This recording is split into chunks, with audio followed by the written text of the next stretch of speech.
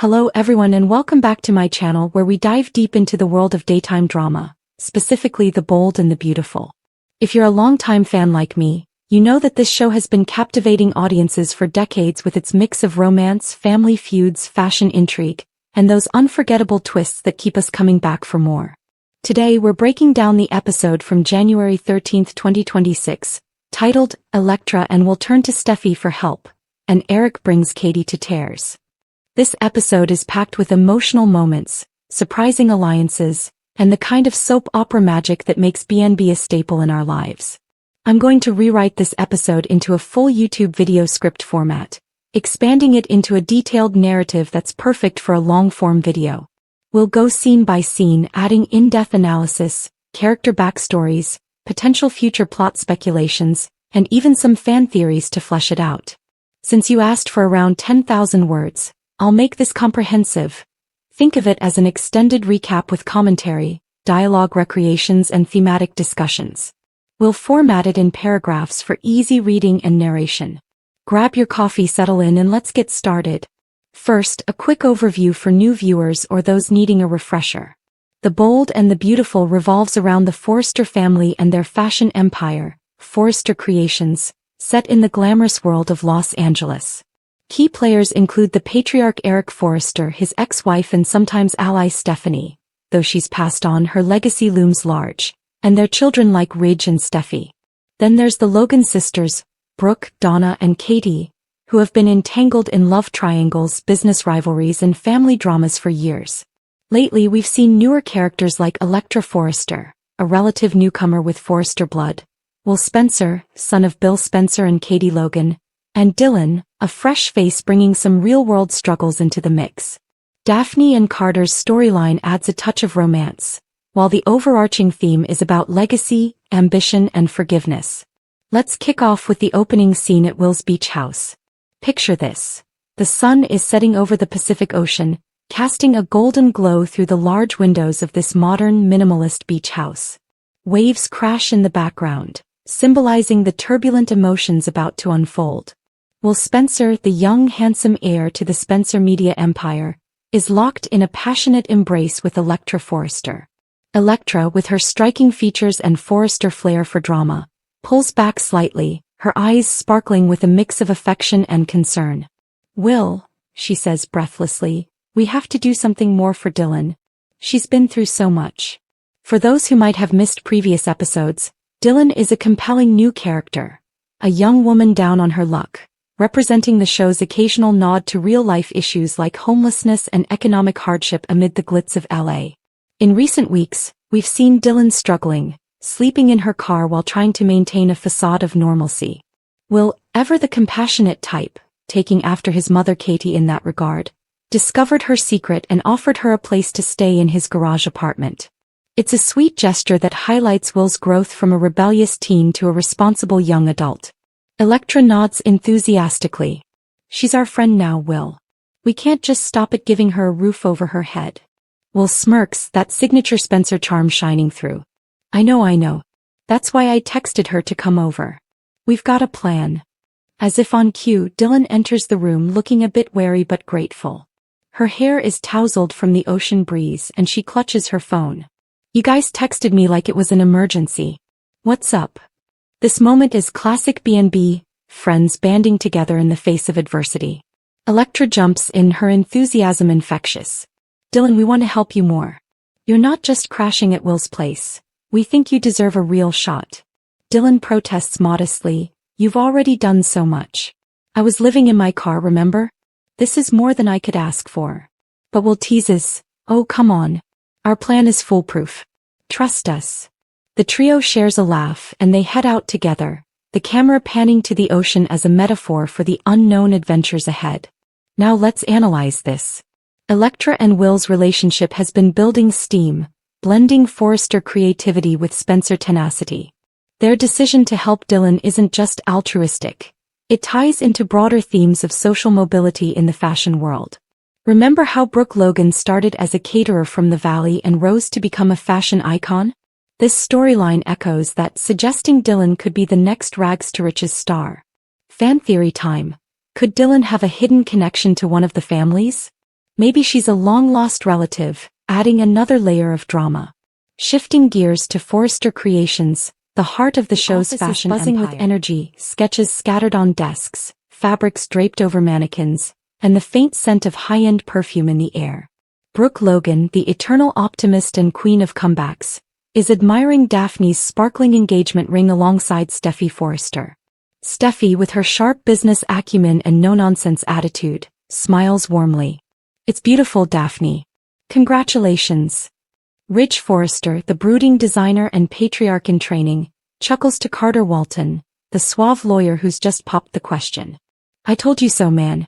She couldn't resist. Carter grins, his eyes lighting up. "You were very supportive, Ridge." "Thanks." The group congratulates the happy couple, but the conversation quickly turns to family drama.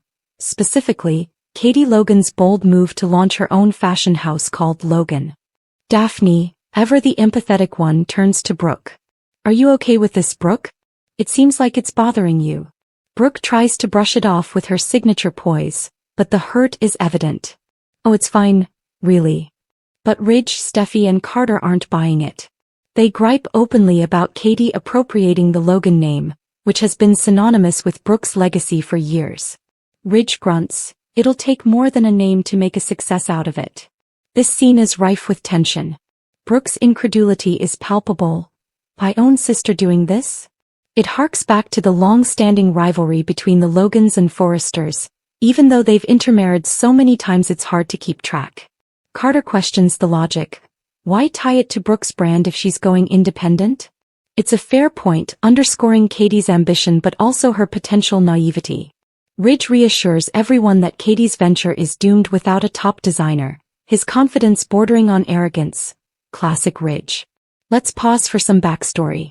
Katie Logan has always been the underdog among the sisters. While Brooke chased love and power and Donna flirted with scandal, Katie focused on her career and family. Her recent split from Bill Spencer, again, has pushed her toward independence, and naming her company Logan is a power move, reclaiming the family name. But is it a slap in the face to Brooke? Absolutely, and that's what makes it juicy. Speculation. This could lead to a full-blown fashion war with collections battling it out on the runway. Over at the Forrester mansion, a sprawling estate that screams old money with its grand staircases, crystal chandeliers and lush gardens. Katie is confiding in her sister Donna, pacing the living room with a glass of wine in hand. "Donna, Brooke is being so unfair about this. The Logan name belongs to all of us." Donna, the peacemaker, nods sympathetically. "I get both sides, Katie. But I'm thrilled for you. This is your moment." Katie admits her overwhelm. Owning a fashion house? It's daunting. Enter Eric Forrester, the wise elder statesman, looking dapper as ever in a tailored suit. He smiles warmly. "Katie, Logan will be extraordinary, just like you." His words bring a tear to her eye, but this is just the beginning. Eric elaborates, "This is your time now. I couldn't be more proud." They reminisce about her time at Forrester, and Eric assures her she'll elevate the Logan name. Sitting on the plush sofa, they discuss Eric's retirement. He's not fully content, admitting, "I'm not entirely fulfilled, but I won't go back to Forrester. It's Ridge's time now." Katie praises his talent and Eric shifts the focus back to her. Donna excuses herself discreetly, leaving them alone. Eric opens up about the joy of designing, guessing Katie's venture feels overwhelming. "You made it look effortless," she sighs. Eric shares wisdom from his early days with Stephanie. "We didn't flourish at first, but we had vision." Katie confesses she needs guidance. This vulnerability is key. Katie's not the villain here. She's human, striving for her place in the sun. Back to the showroom at Forrester Creations, a space filled with runway lights, mirrors and the echo of past fashion shows. Steffy is reviewing designs when Electra, Will and Dylan burst in. Steffy greets them warmly, but Dylan looks nervous. "Steffy, I have to come clean," Dylan says. "I've been living in my car. Will found out and let me stay in his garage apartment." Electra jumps in, "We want to help her more, Steffy. And you might be the key." Steffy, always supportive of family and friends, agrees immediately. "Whatever I can do."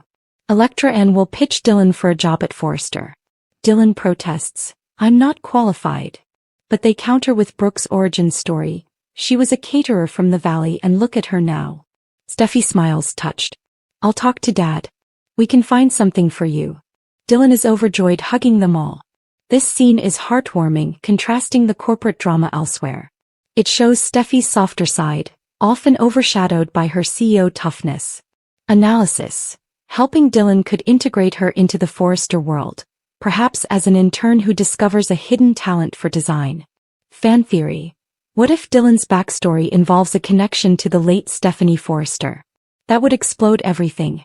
In the main office, Brooke and Ridge continue their discussion. Brooke frets, Katie's really going through with this. Ridge comforts her. When she's done with this silly idea, we'll make Logan great again.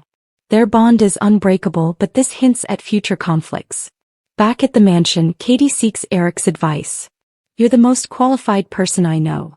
Eric recalls starting Forrester. It was a huge challenge. You need a big splash with your first collection or you're dead. Katie panics. No designer, and Bill's already publicized it. Brooke must be laughing at me now. Wow, what an episode. Electra and Will stepping up, Dylan's big moment, and Eric bringing Katie to tears. This is classic B&B drama at its finest. I want to hear from you. Which moment hit you the hardest?